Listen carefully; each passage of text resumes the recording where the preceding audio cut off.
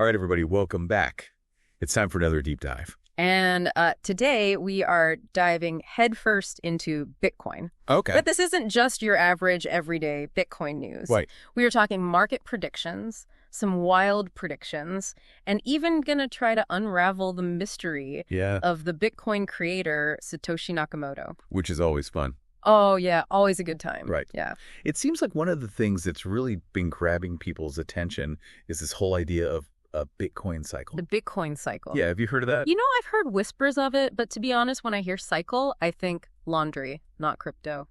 So in this case, it's a little more exciting than laundry. Okay. It's this idea that Bitcoin's price tends to follow this pattern, booms and busts, and it happens roughly every 4 years. Right. And there's this one trader, Bob Loukas, and he's saying that we are at a really crucial point in that cycle right now. So this Lucas guy, he's saying Bitcoin's about to take off. That's putting it lightly. He's calling for a new all-time high, like potentially reaching $150,000 per Bitcoin. $150,000. Yeah. Okay, that's a bold prediction. What's making him so bullish on Bitcoin? So it's more than just hype. Okay. He points to this thing he calls the 8-month base. 8-month base. Yeah, basically Bitcoin's been trading in this relatively stable range for about 8 months now. Right. And historically, that's often been a sign of a big price move coming. So it's like a calm before the storm. Exactly. Like a spring being compressed, eventually it's going to release all that energy. Okay, I see where he's coming from with that. But let's be real for a second. Hasn't everything felt like a bit of a roller coaster ride lately? The world feels upside down. Yeah, you're not wrong. Yeah. There's definitely a lot of uncertainty out there, geopolitics, the economy, you name it. Right. But Lucas argues that even with all that chaos, there are certain indicators that are lining up perfectly for Bitcoin right now. Okay, so what's he seeing? He's particularly interested in investor sentiment, which seems to be shifting back towards optimism. Oh. And then there's the fact that interest rates are easing, which makes riskier assets like Bitcoin a lot more appealing. That makes sense. And it's not just him, right? I was reading something about some analysts over at Sentiment, and they're also feeling pretty good about Bitcoin, something about October. Yes, October. Oh. It's this term that pops up in the crypto world when people are expecting October to be a good month for Bitcoin's price. So are we talking like a Halloween pump and dump? No, it's not quite like that. Well- Sentiment's basically seeing a surge in positive sentiment around Bitcoin, both on social media and in actual trading activity. Interesting. They're thinking this could be the start of a pretty big upward trend. And, this is where it gets really interesting. Lucas thinks this whole October thing Yeah. could be supercharged by FOMO. That fear of missing out. Oh, man. FOMO is my biggest weakness. It's why I can't even send a job application without instantly refreshing my inbox. Yeah, it's a powerful force, For sure. especially in the world of investing. Like, remember the .com bubble? Everybody and their grandma was throwing money at anything with .com in the name. Just because they didn't want to miss out. Exactly. Yeah. They were afraid of being left behind. Okay, so how does FOMO play into the whole Bitcoin thing right now? Well, imagine this Bitcoin's price is climbing higher and higher. Okay. People start to notice maybe they don't even fully grasp the technology or the risks, but they see those gains and bam. FOMO kicks in. Exactly. And that's when they jump in without thinking twice. Right. Like, I need to buy now before it's too late. That's the feeling.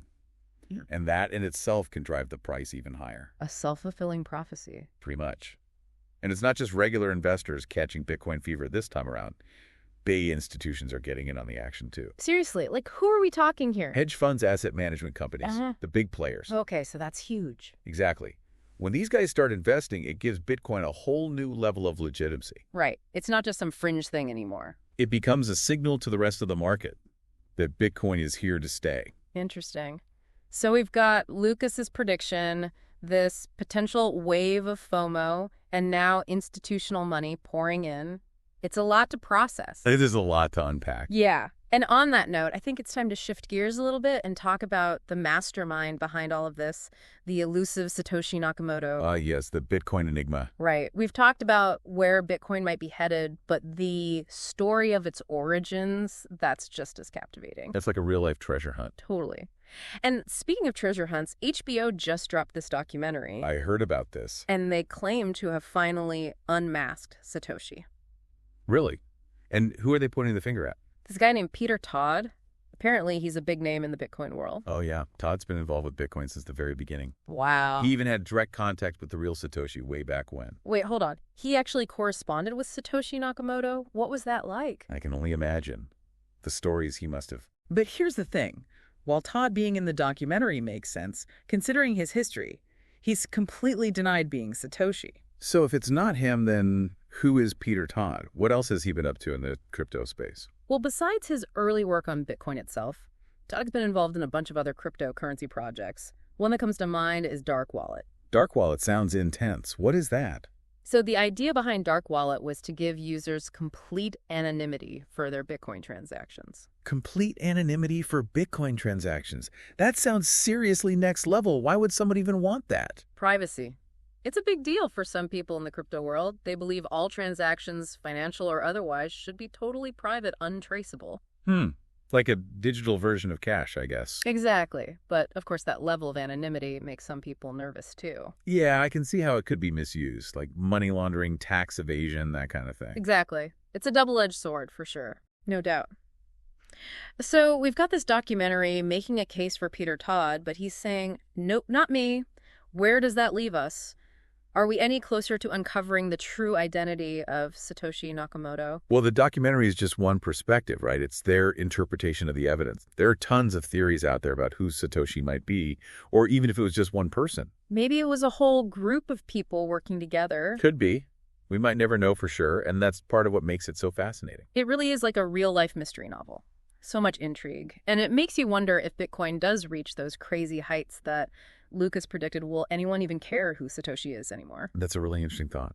Will the mystery still hold the same weight if Bitcoin goes mainstream, becomes this global currency? Right. Will it be more about the tech itself than the person or people who created it? Maybe. Or maybe the mystery will just become part of the legend. A global currency shrouded in mystery. Who would have thought it? Well, on that note, we've reached the end of our Bitcoin deep dive. From market predictions to the enigma of Satoshi Nakamoto, it's been quite a ride. It has been fascinating. If Bitcoin's value really does skyrocket, how will that change the world? What will it mean for you? Those are the questions we'll leave you with. Until next time, keep exploring, keep asking questions, and we'll see you on the next deep dive.